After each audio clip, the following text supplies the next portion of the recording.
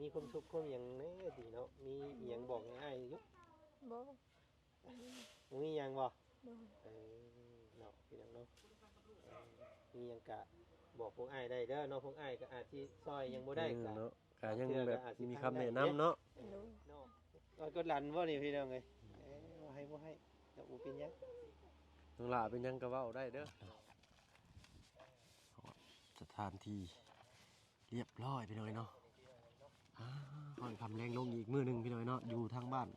น้องน้ำเพื่อนงามพี่น้อยเนาะเราเดินทางลงไปแล้ว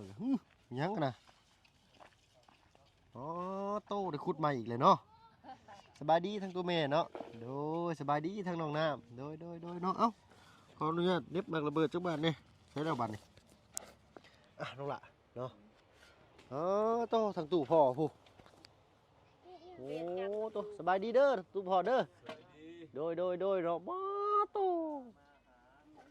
บ้านน้อยเนาะขุดแต่เว้นในบ่อน้องละนี่ พุทธมวานนะ ขุดแต่มื้อวานนี่ โดย อ๋อตัวเนาะย่านฝนตกลงใส่เน่กับปานนั่นได้นี่เนาะอ๋อดินแข็งอีกบาทนี่เนาะเอ้า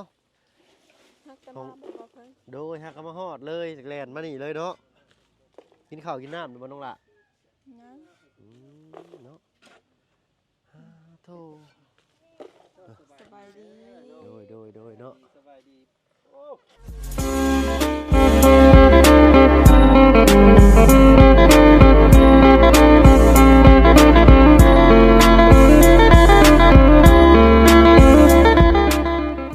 กับทักทายสบายดีพ่อแม่พี่น้องเบิ่งสุขสุขคนเนาะแล้วก็หมู่เพื่อนเบิดสุขคนเนาะมื้อนี้ก็มาพบพ่อกับช่องว่าเพิ่งเคยหลายคือเก่าพี่น้อยเนาะอยู่ทางบ้านน้องน้ำเพื่อนงามพี่น้อยเนาะมื้อนี้เพิ่นมีท่อเสาแล้วก็ท่อเฮ็ดห้องน้ำพี่น้อยเนาะแล้วก็ทั้งตู้พ่อเพิ่นก็ขุดสร้างบ้านเฮาเอิ้นเนาะท่วมมิดว่าง่ายซะพี่น้อยเนาะขอโทษขออภัยนำเวลาพี่น้อยเนาะ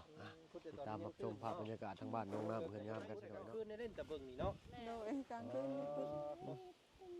รุ่นแบบว่า บุกเบิกกันเลยดิเนาะ ใส่ไฟโซลาร์เซลล์ยืงกลางคืนเลยเนาะก็สิดีใจแห้งแล้วนี่พี่น้องเนาะไฟเนาะเอามาให้เนาะคู่บ่ โดย เอ้า บ่เป็นของทีมงานอ้ายบ่ บู บ่บอกซ้ำ เอ้าน้องน้ำบ่เห็นบ่ตอนเพิ่นออกมาซะ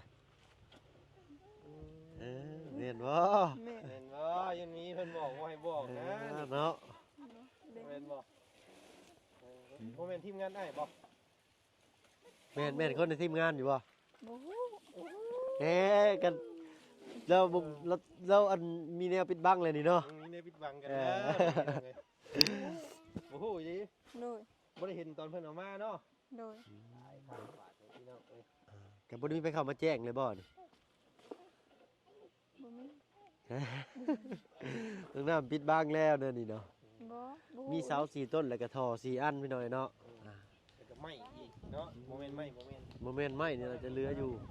นี่เสาที่ต้นเฉพาะเสาของน้ำแล้วก็ต้นฝาปิดเนาะแล้วก็โอ้โหมันไม่ใช่แล้วนี่บกบเนาะบกบของน้ำเรียบร้อยนี่พี่น้องเลยนี่มันต้องเป็นทีมงานของเราแน่นอนโลดนี่เนาะ มีวงกบมาพร้อมอีกเนาะ ร้องนี่พี่น้องเลย เบิ่งพี่น้องนี่ โอ้โมเมนต์ลุงเฮิมกับว่าวตูนแหละกับมึง มียังตัวใด นะ สำเร็จ นี่ ในวันอาทิตย์ เบาเสียง นี่มาเสียง ในวันที่30เดือน3 2025สร้าง เออ สร้างแหล่ เสียงมาเลย ทีมงาน เนาะโอ้ยเป็นยัง ทีมงาน อย่บอกกันเนาะ ทีมงาน4 คน คิดฟังไว้ก่อนว่า บ่ พี่น้องเนาะบ่เสียงเพิ่นเพิ่นยังบ่ทันเมื่อบ่ซะ เราเมื่อเพิ่นเมื่อเบาเมื่อมัน เพิ่นยินเพิ่นว่าสิเมื่อมื้อนี้เนาะ โดย โอ้เดี๋ยวพี่น้องมาออกมานอกคือมันมืดแต่พี่น้อง เจอแม่นบ่อันตอนอันเพิ่นขับรถสวนกันว่าหั่นนะเสียงบีบแต่ดังติดๆรถ เออ ยังเบาตูนกับเบาไหล บาตูนกับบ่าวไล่ยังบ่ทันเมื่อบ่ โดย โดยเนาะโอ้ทางบาบุญก็มาพี่น้องเนาะ3เคยคือเก่าพี่น้องเนาะมื้อนี้พบพ่อกันอยู่ทางบ้านน้องน้ำเพื่อนงามพี่น้องเนาะตัวลูกดิ่งมันก็เหลื่อมมา มาพี่น้อยเนาะเห็นนี่จนแสบตาโอ้ประตูแล้วกะบ้านปงเยี่ยมเราโอ้ใครเนี่ยแต่ฝนบ่ตกลงมาเนาะพี่น้องทั้งตู้พ่อเพิ่นก็ขุดเพิ่นเอิ้นขุดอิหยังก่อ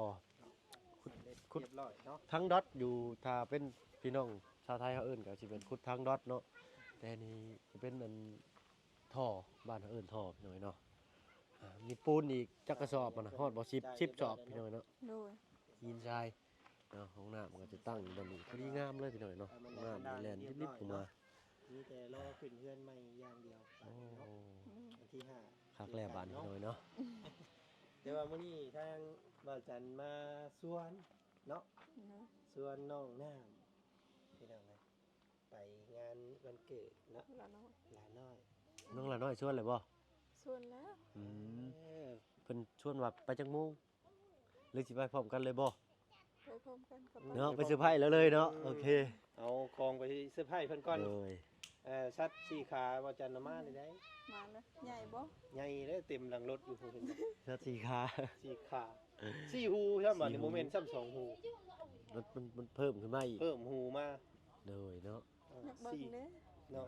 เดี๋ยวไปเบิ่งน้ำกันไปเลยพี่น้องเลยเนาะน้องน้ำยังบ่มีน้องน้ำเนาะ โดย ทีมงานเฮาก็หลั่งไหลกันกลับบ้านเบิดแล้วพี่น้องเอ้ยเรามีแต่ทางเบาจันเบาเพิ่งแล้วก็เบาบุญเพิ่นเนาะขึ้นมามื้อนี้พี่น้องเอ้ยขึ้นมาเพื่อจะเกาะติดเนาะเตรียมความพร้อมมื้อสิขึ้นเฮือน รถไฟมาแล้วพุ่น น้องน้ำมื้อวัน โดย วันเสาร์เนาะ วันเสาร์นี่บ่เนาะ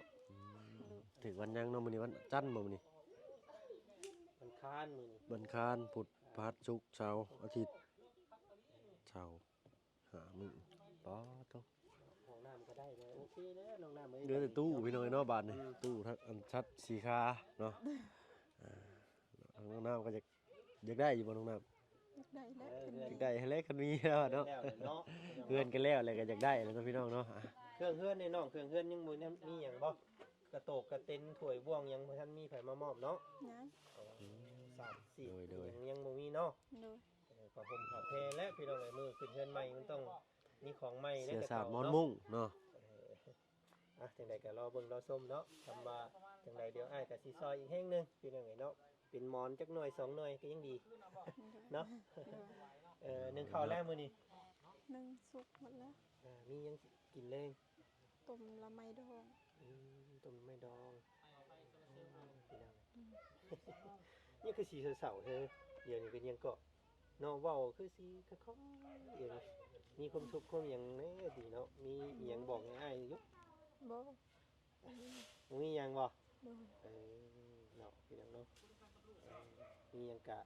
บอกพวกอ้ายได้เด้อเนาะพวกอ้ายก็อาจสิซอยยังบ่ได้กะ เนาะก็ยังแบบมีคำแนะนำเนาะ โดย เอ้าอิหยังคือสิให้เนาะกดหลันบ่นี่พี่น้องเอ้ยบ่ให้บ่ให้แล้วบ่เป็นหยัง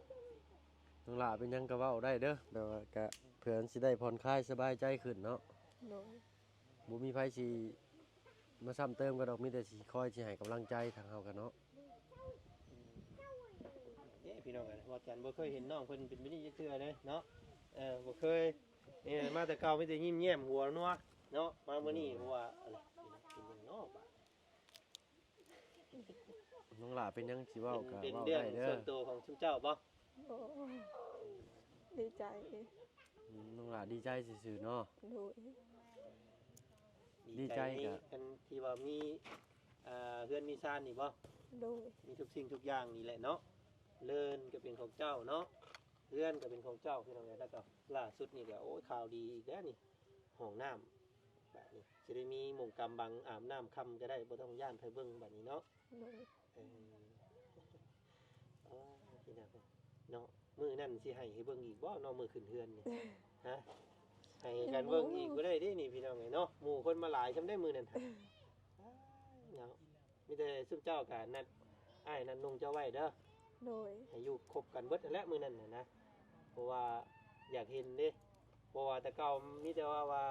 อ้ายเท่านั้นคนเท่านี้คนบ่เคยเห็นคบกันจักเทื่อนะ โด เนาะ ย อยากให้ซุมเจ้านั่งหอบผ้าเข่าเนาะนั่งหอบกระโตก ผูกแขนนะเนาะเพิ่นก็อยากเห็นได้ภาพแต่สิให้ของมุกขอบใจเบัดทุกคู่ทุกคนแหละเนาะ โดย เพราะว่ามันกับโมเมนต์เพื่อนเจ้าผู้เดียวเด้เพื่อนหลังนี้พ่อแม่น้องและอ้ายนุ่งและเนาะอยู่นํกัน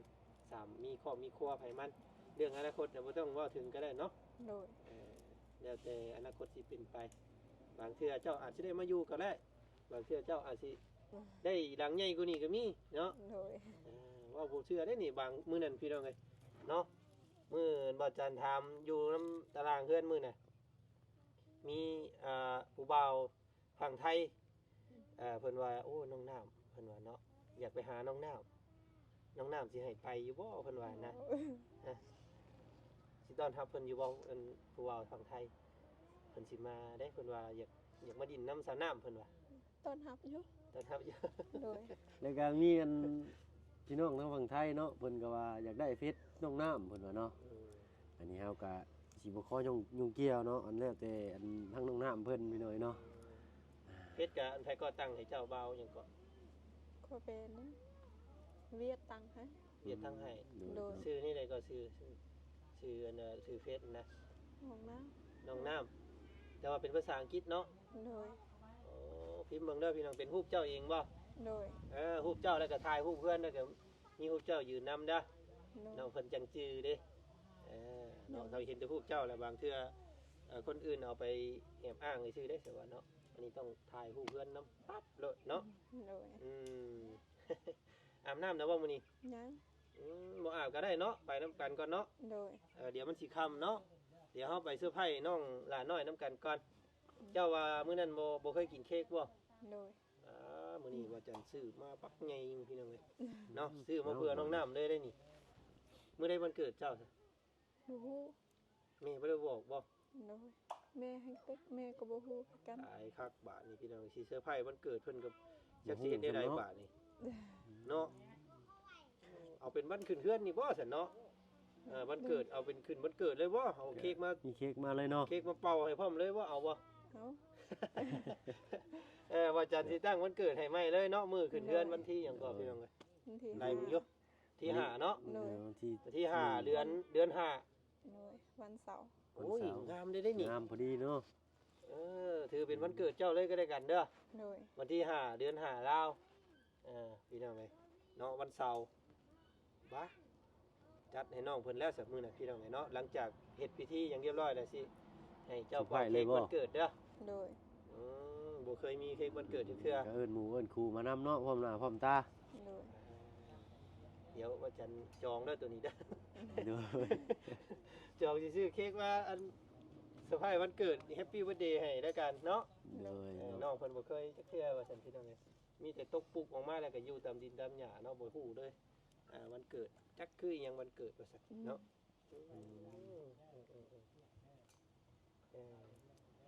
สักพี่น้องไอ้เนาะก็ให้น้องเพิ่นเตรียมเนื้อเตรียมตัวก่อน โดย โดย นุ่งสิ้นก็ได้เด้อน้องหรือว่านุ่งทรงนี้ก็ได้เนาะนี่ก็งาม ซุ้ม แล้ว ก็ได้ งามแล้วนี่ก็ได้บ่ต้องแต่งอย่างใดแล้วเนาะ โดย อืม คนที่ลายแต่งน่าได้ก็ขี้ลาย ว้าเนาะคนขี้ร้ายเขาแต่งมันก็งามขึ้นตัว ไก่งามย้อนคนคนงามย้อนแต่ง